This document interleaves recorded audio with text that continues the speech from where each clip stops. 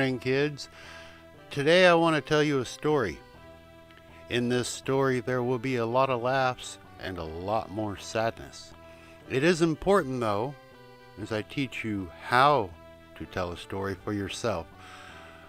We will learn about all the things to focus on and what things we can ignore. And stay tuned. I'll be right back.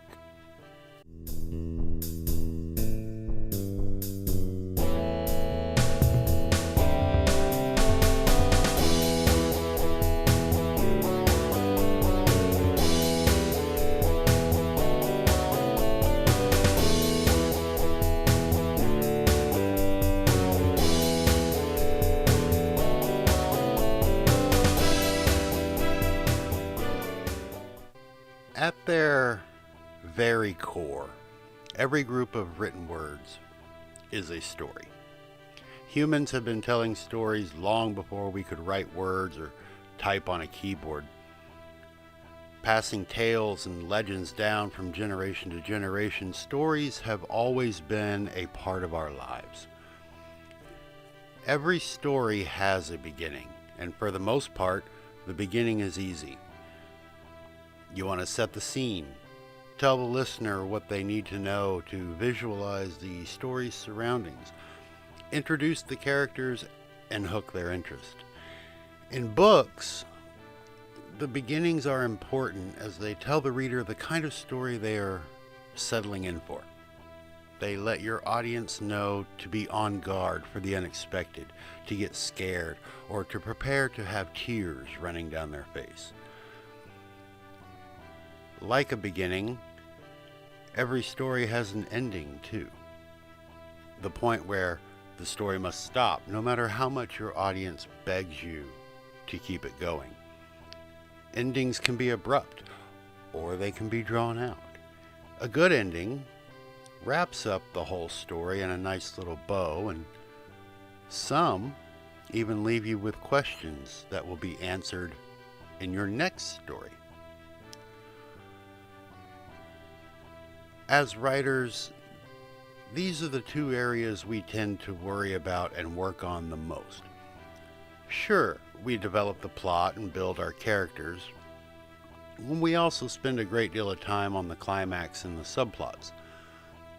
Most of us, though, forget we are telling a story. Instead of writing words today, I want you to focus on the story itself. What is it you are telling? Why are you telling it? What meaning or bearing does it have on your audience? When you write your books and novels, or when you sit to pen your screenplays, you spend all this time on the who and the where and what's going to happen, followed by a tidy, here's how it all ends up. We forget about the audience. We forget our readers need to stay involved and interested through the whole thing. So for now, just for today, let's forget about word counts. Let's stop worrying about what a good name for our main character is. We aren't going to worry if the reader will mind it takes place in the desert. No, today we're going to focus on telling the story itself. Every writer is different, of course, and what works for one may not work for the other. But when I'm going to write a novel, the first thing I do is tell the story. What I mean is, I actually get up and tell the story out loud to whomever will listen. Sometimes I talk to an empty room, and other times I have a friend listen in. The point, though, is that I get in storytelling mode. Sometimes I pretend I'm standing over a campfire with my target audience gathered around.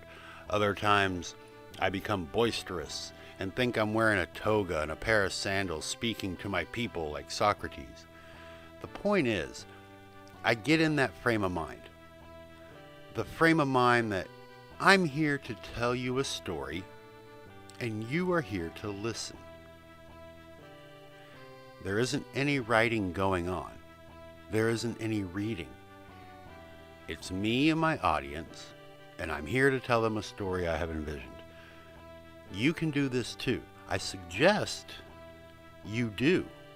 It has many benefits to the overall process. For the first thing, it gets all the meaningless dribble out of the way. You aren't worried about how much change is in the cashier's pocket. You find that you don't say all the words that eventually make it into your paper. Instead, you just tell the story. This is one of the reasons I like the podcast so much. I can forget about the gory details and nuances of the plot lines, and I can just sit here and talk to you. You get to sit there and listen. And with some luck, you enjoy my story and don't walk away. By acting out our story, or by getting up, walking around and telling your story out loud to a room full of imaginary, engrossed people, you find out what your story is truly about.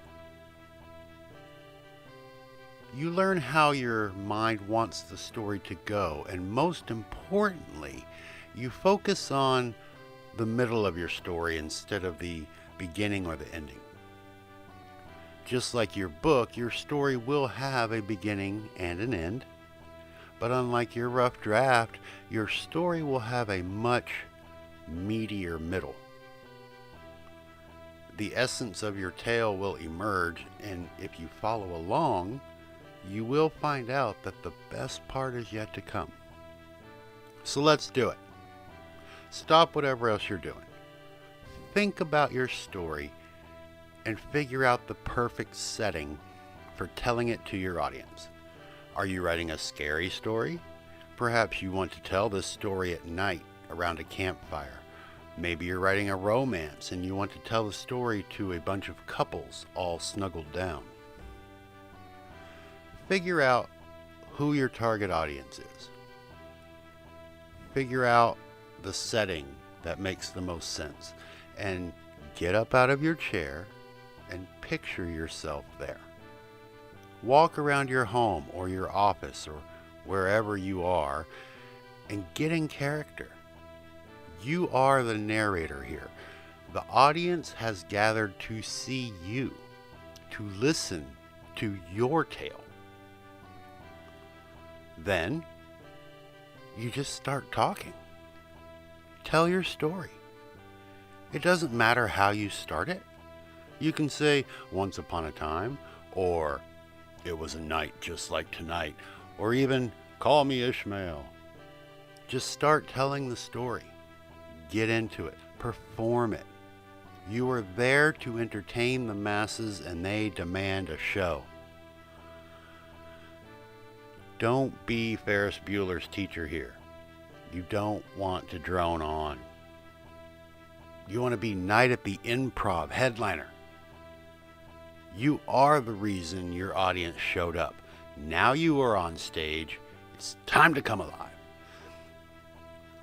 When I tell my stories, I get into it. I mean, I really get into it. I will walk around the entire house. I shout lines and I act out the scenes. I have yet to have the police called on me, so you should be safe. Just make sure to answer your door when the worry's over. Assure them you are fine and ask if they want to hear a story. This is where the magic happens. This is when you realize that your story is gold. When you get excited to tell the next part, or when you finally get to that middle frame where the shit is about to hit the fan, let me tell you, if you've never done this before, you may end up jumping on your couch or rolling over the bed. When you are done, you will have a story worth telling. you will be able to see where the story falls apart and where it needs a little more work. Telling your story out loud is one of the most powerful things you can do to strengthen your book. I know you may not believe me, but once you try it, you will see. Just like reading the drafts out loud will help you find problems you wouldn't otherwise see, telling your story to a pretend audience will help you strengthen the soft middle that plague a lot of writers. You won't have to worry about the unimportant things. You getting up and acting out your story, actually telling your story, will make it stronger, more vivid, and easier to write. Go on and give it a try. Find the podcast transcript on extradraft.com and leave a comment about your experience telling your story. What did you learn? What did it help with? Let us know so we can all discuss it.